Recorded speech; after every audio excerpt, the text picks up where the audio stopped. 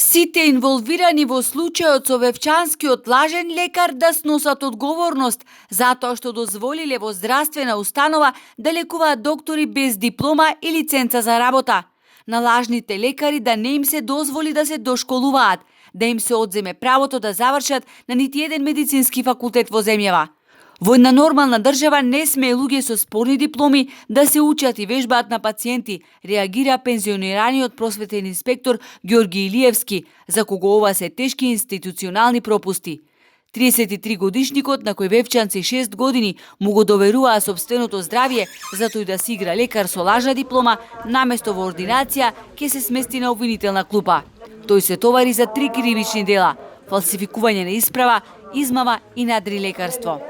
Ова е еден голем трулеш на системот, како во правосудство, така и морам да кажам и во здравствениот систем, ова е недопустиво нешто. Ваква хаотичност, ваква незаконитост, не сме да се допусти. На патот сме кон провалијата. И затоа ситуациите кои што ги имаме во здравството, кои што ги имаме во правосудството, тера добро да се размисли и да се преструктурираат и чистки во сите институции.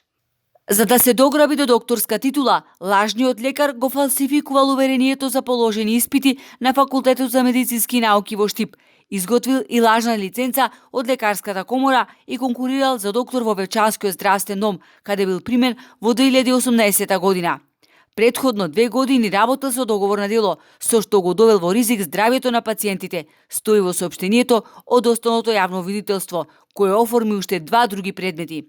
Едниот се однесува за директорот на здравствениот дом Вевчани, за кого има индици дека од 2019 имал одредени сознанија дека лицето кое се представувало како доктор не поседува лиценца за работа, за што бил писмено известен од лекарската комора. Директорот на Вевчанскиот здравствен дом Јован Стојковски, кој не сака да зборува пред камера, целосно ги демантира ваквите наводи. Ако сме нормална држава, треба ригорозно казнени мерки. И да се види дали имаме вакви случаи и други. Тоа треба да се произнеси, да се испита од страна на инспекторатот здравствен санитарен, каде е етиката морална на лекарот. И било кое оправдување, а нема оправдување, мора да има санкции. За се. На тапет е и Комисијата за селекција при вработување, која во 2019 година одобрила вработување на 2 други докторки, најпрвен како приправници, иако немале лиценца за работа.